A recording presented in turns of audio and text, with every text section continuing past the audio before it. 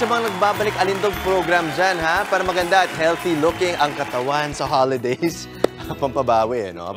Bago, magpapapayat muna tayo, no? Meron kaming baong na recipe na healthy pa at pasok pa sa budget. Ituturo sa atin yan ng ating resident nutritionist dietitian na si Doc Dex Macalintal. Good morning, Doc Good morning, Dex. mga kapatid. Oh, Ayan. Doc.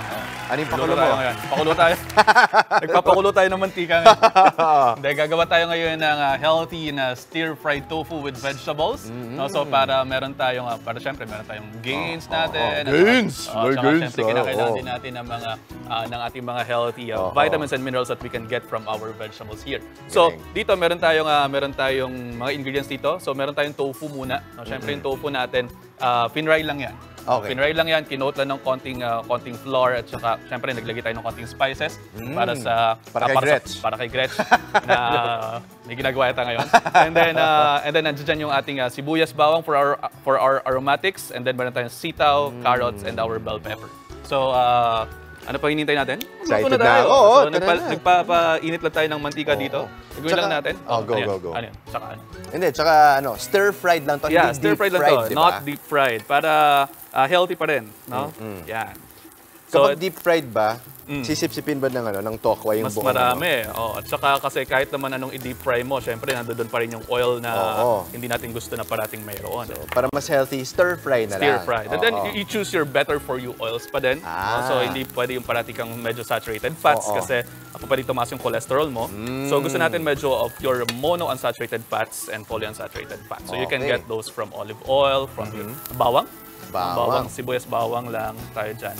No?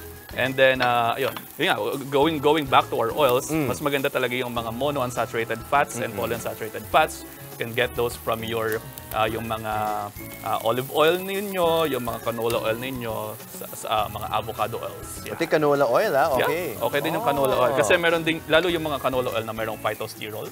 Kasi nakakatulong sila for your blockade ng cholesterol. Paano ko malalaman pag may phytosterol. Yeah. Paano malalaman pag may phytosterol? Makikita mo yan sa label.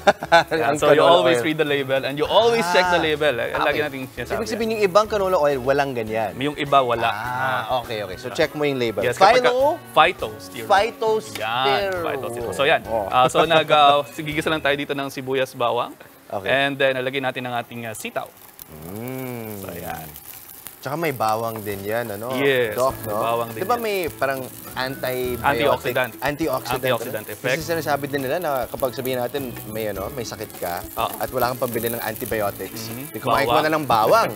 Diba? Pwedeng tumulong, pero kapag talaga mataas pa rin yung infection natin, kailangan pa rin talaga natin antibiotics. Okay.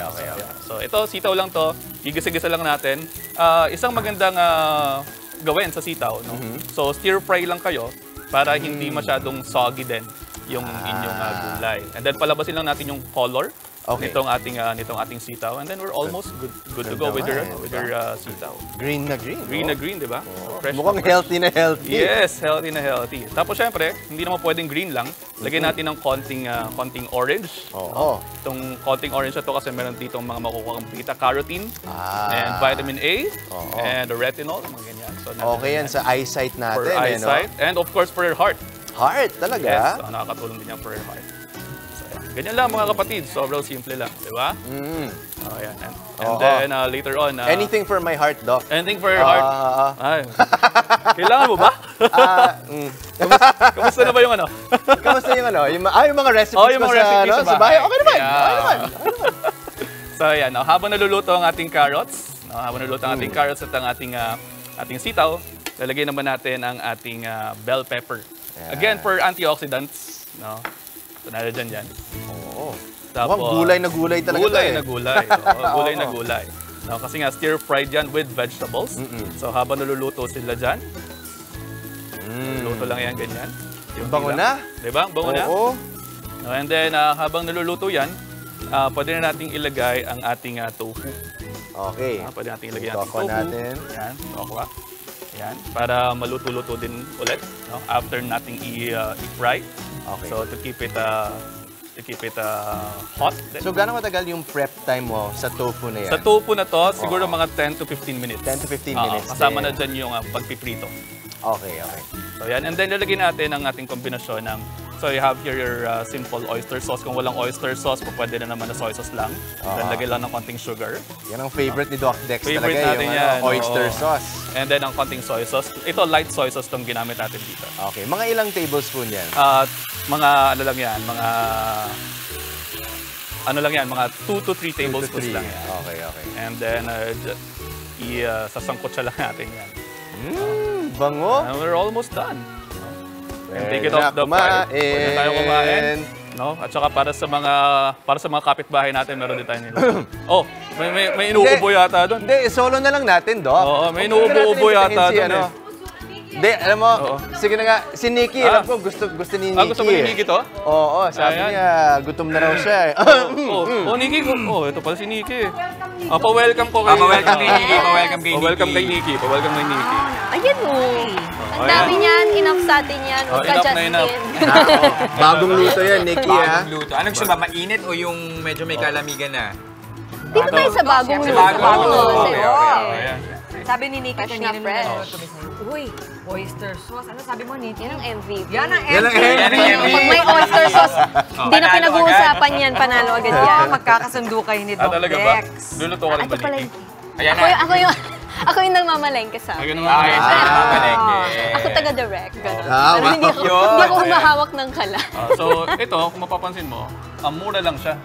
Kasi sitaw, tokwa. Ay, oo, yung magkano lang ba ingredients tokwa? niya. Uy, alam mo, Very sabihin ako sa'yo, affordable. Doc, ha? Nagulat ako na ang dory, yung dory na fish, kasya sa budget eh. Hindi masyadong kamahalan. Kamahalan, Kasi nung oo. tinitignan ko yung luto mo, sabi ko, uy, Thank toko, you. pwede rin fish sticks. Di ba? Pwede rin fish sticks. Tapos Pwedeng kung haluan ng dory, fish. di ba, Yes. ano, sa palengke, alam mo yun, Nikki, hindi naman masyadong kamahalan ng dory, di ba?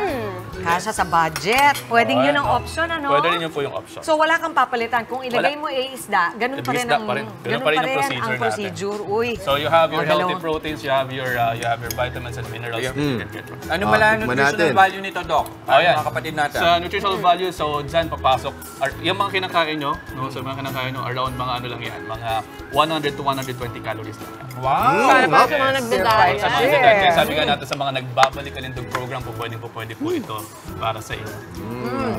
Sa pantanong, Mm. bakit mas advisable yung gulay na half-cook lang, yung hindi Yan, lutong-lutong? Parang hindi masyadong nawawala din yung mga vitamins and minerals. Para daw crunchy. Para crunchy. No? Para mas masarap din sa texture natin. Yung, Doc, yan, sir. Dapat bang matakot? Kasi di ba minsan ang notion natin kapag mga itong sitaw, yung mabins, uric acid. Uric acid, okay, hindi. No, misconception yon. Kasi yung mga beans natin, actually they're healthy. Sinasabi lang na nakaka-gout daw. Pero hindi totoo yon. Ang totoo na nakaka-gout, yung mga laman loob. Laman loob. Kapag kasi sinasamahan mo. Kasi usually, itong mga ganito, itong mga sitaw na to, ang sinasama nila dito, yung mga meat natin. Oo. Ay yung mga meat nila, nagpo-promote sila ng inflammation. Na yun yung nagdudulot ng pag-atake ng mga gout natin. Okay. Not really the sitaw, not really the beans, no? Not even the munggo. Not even the munggo. Meron mga magsasabi na mayroong mga anti-nutrients daw ito. Pero sa katotohanan ng bagay, itong mga to ay sa katotohanan ng bagay, ito yung mga misconception kasi yung mga anti-nutrients na sinasabi, ito ay mawawala or masusunog kapag niluto. Tama. Ay wala naman yata kumakain ng beans na hindi niluto. Doc, Tama. Doc, Oo. unang-una, shoutout tayo kay Sir Joey De Leon. Boss Hi, Sir Joey. Joey. Mukhang, gusto niya ulit ng luto Gusto mo, niyo ba Doc. ulit? Nabot mo dyan. Iinit muna natin. Oo. Iinit muna At natin. saka ito, bago sabi natin natin ito. kay Sir Joey.